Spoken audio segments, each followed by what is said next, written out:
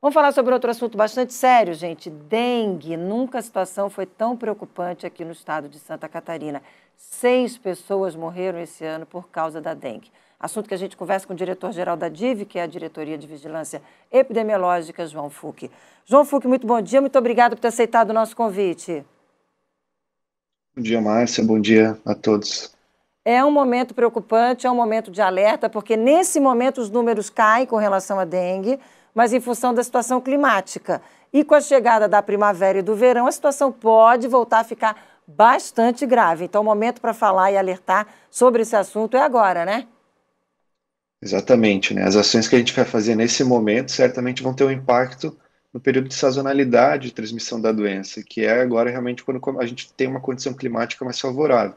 A gente viu aí nas últimas semanas uma redução no número de casos, mas certamente, se a gente não tiver uma ação agora de prevenção, de fortalecer os cuidados, a gente pode entrar novamente no verão, tendo o cenário que a gente enfrentou no início desse ano, ou seja, um número de casos importante, o maior número de casos de dengue em Santa Catarina nos últimos anos, um número importante de óbitos, como você colocou, 6 óbitos.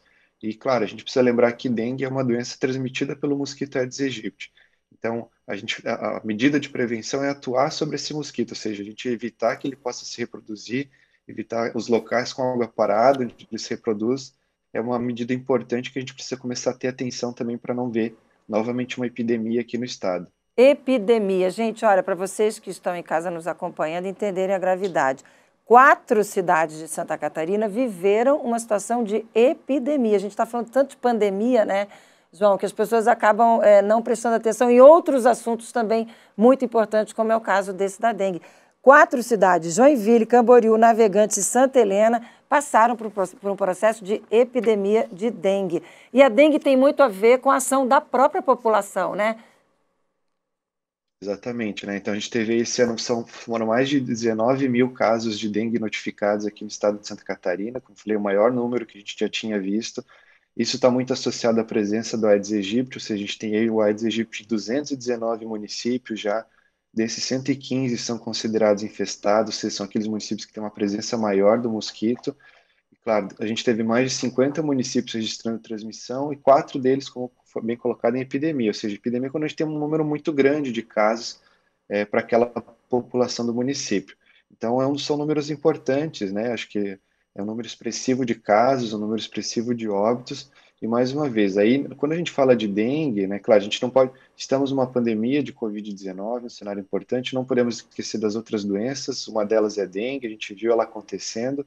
E aí, claro, a população tem papel fundamental. Quando a gente está falando de dengue, a gente está falando de uma doença transmitida por um mosquito, e esse mosquito se reproduz em água parada. Ele está muito bem adaptado às nossas características das nossas cidades, se reproduz em locais com água parada, então é preciso que a gente olhe para esses locais. E aí cada um tem um papel importante, a população precisa olhar para os seus locais de residência, né, para os seus locais de trabalho, enfim, buscar eliminar esses locais com água parada, especialmente nesse momento que antecede o período de maior transmissão, ou seja, a gente está no momento ainda de fortalecer as ações, de intensificar, para que a gente então, diminua esses locais de reprodução do mosquito, ou seja, se a gente não tem tantos mosquitos, eles não estão circulando no ambiente, certamente a gente tem um risco de ter surtos e epidemias menor.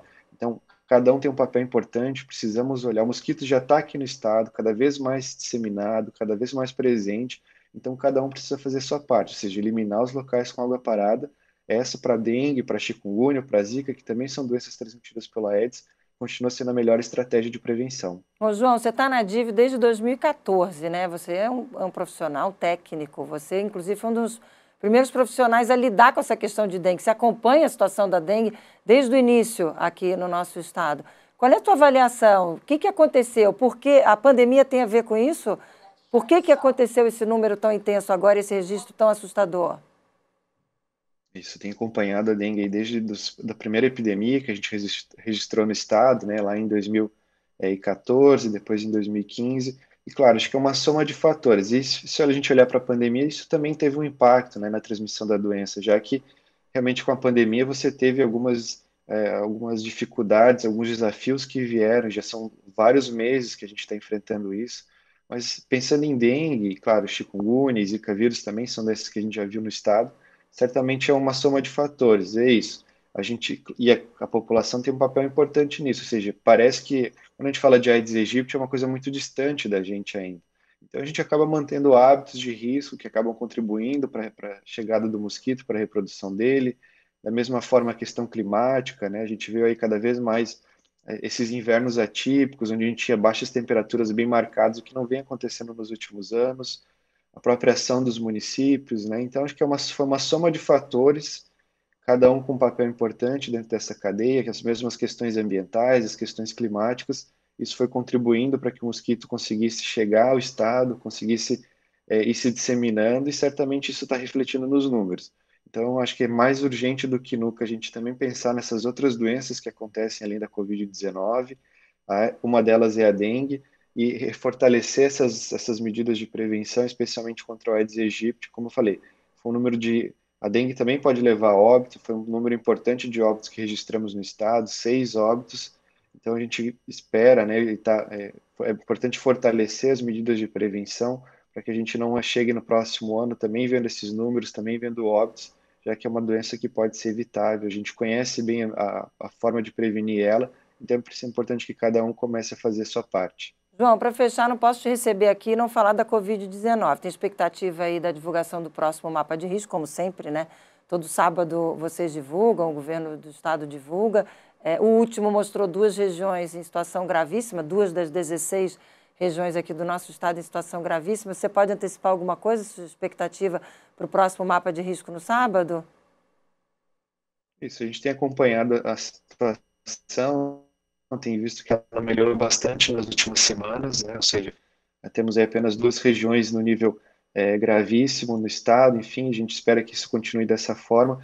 E claro, isso certamente tem um impacto da vacinação, né? A gente sabe que está conseguindo avançar na vacinação, quase 40% da população catarinense já com a imunização completa, mas é importante não descuidar. Acho que mesmo que a gente tenha um cenário melhor no estado, uma redução no número de casos ativos, mas a gente não pode esquecer, a pandemia continua, a gente ainda continua vendo registro de casos todos os dias, óbitos ainda continuam acontecendo também. Então é importante que as pessoas fiquem atentas ainda, precisam manter as medidas de prevenção.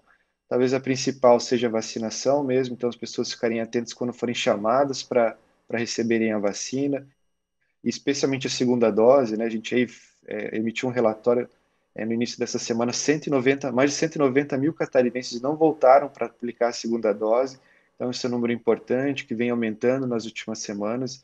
É importante lembrar que as vacinas precisam, das 4 disponíveis, 3 delas demandam a aplicação de uma segunda dose, e é apenas com a segunda dose que a gente vai ter realmente a efetividade, a eficácia delas, então é importante que as pessoas fiquem atentas, busquem a vacinação, tanto a primeira quanto a segunda dose, mas também lembrar das outras medidas. A gente sabe, então, que identificou a transmissão comunitária da variante Delta no estado, sabe que ela é uma variante mais transmissível, mas ao mesmo tempo sabe que as vacinas são eficazes ainda contra essa variante.